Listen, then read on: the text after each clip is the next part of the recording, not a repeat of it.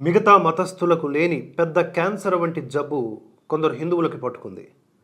ఏమిటంటే అది మేము గొప్ప ఉదారవాదులుగా కనిపించాలి, వేరే సెక్యులర్స్గా కనిపించాలి, మిగతా మతాల వారి దృష్టిలో చాలా గొప్పవారిగా కీర్తింపబడాలి, గుర్తింపబడాలి. మంచిదే, తప్పులేదు.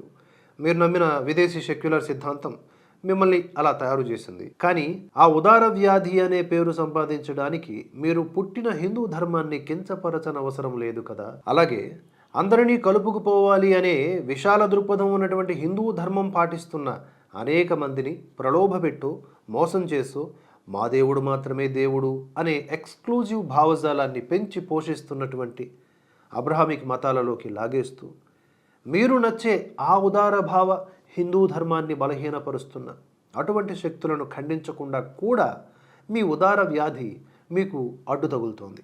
అంతేకాదు ఆ అబ్రహామిక మతాలు మరియు ఎర్ర మతం ఈ హిందూ ధర్మంపై, దాని ఆచారాలు, పండుగలు, ఆటలు, దేవాలయ వ్యవస్థలు, గురువులు, వారి సంస్థలపై పలు కుట్రలు పన్నుతూ హిందూ ధర్మాన్ని బలహీనపరిచే ప్రయత్నాలు చేస్తున్నారు. ఇటువంటివి బ్రిటిష్ కాలం నుండి ఉన్న ఆ తరువాత కాలంలో విపరీతంగా పెరిగిపోయాయి. అయినా వాటిని గట్టిగా ఖండించడానికి కూడా మీ ఉదార వ్యాధి మీకు అడ్డొస్తోంది. సరే, మీ ఉదార వ్యాధి బిరుదు పోతుందనే భయంతో అటువంటి కుట్రలు ఖండించే సాహసం ఎలాగూ చేయరు.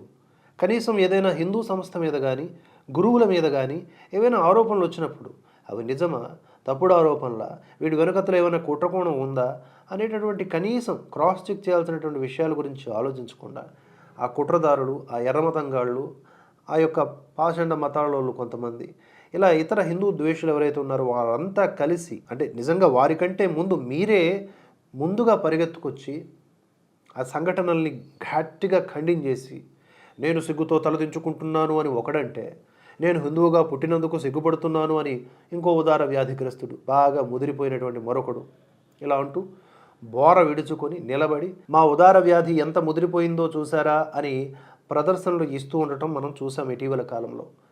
హిందూ ధర్మంపై నేరుగా దాడి చేసే ఎర్రమతం వాళ్ళు, ఇతర మతాల వారు ఎవరైతే ఉన్నారో వారికంటే హిందూ ధర్మానికి ధర్మం లోపలే ఉండి దానిని బలహీనపరిచే శక్తులకు మద్దతు ఇస్తున్నటువంటి మీ వంటి ఉదార వ్యాధిగ్రస్తుల వల్లే హిందూ ధర్మానికి ప్రమాదం.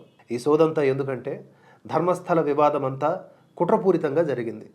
ఈ సంస్థను అపఖ్యాతి పాలు చేసేందుకు పెద్ద ఎత్తున కుట్ర జరిగింది అని మా వంటి వాళ్ళం మొదటి నుంచి నెత్తి నోరు కొట్టుకు చెబుతూనే ఉన్నాం. అయినా మా మాట అస్సలు వినకుండా పైపెచ్చు మమ్మల్ని ఎగతాళి చేసి హిందూ ద్వేషులతో పాటు మీరు కూడా ఆ సంస్థ మీద పెద్ద పెద్ద బండరాళ్లు వేయడానికి ఉత్సాహం చూపించారు. ఇప్పుడు చివరికి ఏమైంది? ధర్మస్థల వివాదం అంతా కావాలని కుట్రపూరితంగా చేశారు అని కర్ణాటక ప్రభుత్వం ఏర్పాటు చేసిన సిట్ నిన్న కోర్టుకు తెలిపి 6 కుట్రదారులపై ఛార్జ్షీట్ ఫైల్ చేశాము. అసలు అక్కడ సామూహిక ఖననాలు చేసినట్లుగా ఏ విధమైన ఆధారాలు దొరకలేదు.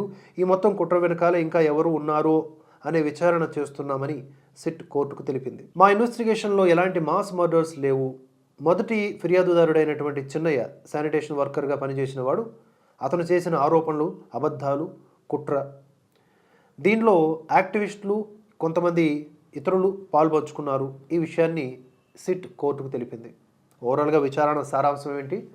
సిట్ తవ్వకాలు, పలువురి దగ్గర స్టేట్మెంట్లు, ఆధారాల సేకరణ తర్వాత ఆలయ అథారిటీలపై ఎలాంటి ఆధారాలు దొరకలేదు తప్పు చేసినట్లుగా. చిన్నయ్య చూపించిన పుర్రె ఎవిడెన్స్ కూడా ఒక ఫేక్ ఎవిడెన్స్. ఈ విధంగా సిట్ 3900 పేజీల ఛార్జ్షీట్ ఫైల్ చేసింది. ఇందులో చిన్నయ్య మరియు యాక్టివిస్టులు మహేష్ శెట్టి తిమరోడి, గిరీష్ మట్టినవార్, టి జయంత్, విఠలగౌడ, సుజాత భట్టు, ఒక ఫిర్యాదుదారు ఉన్నారు. వీరందరిపై కూడా తప్పుడు సాక్ష్యాలు, ఫోర్జరీ, అధికారుల్ని తప్పుద్రోవ పట్టించేందుకు ప్రయత్నించడం వంటి నేరాలపై కేసులు రిజిస్టర్ చేయబడ్డాయి. సరే, ఇప్పుడు కర్ణాటక ప్రభుత్వం నియమించిన సిట్ నిజం నిగ్గు తేల్చింది కాబట్టి అప్పుడు సిగ్గుతో తలదించినటువంటి మీరందరూ ఇప్పుడు తలెత్తుకోండి. మరోసారి మళ్ళీ తలదించుకోవడానికి ఇటువంటి కుట్రల కోసం ఎదురు చూస్తూ ఉండండి.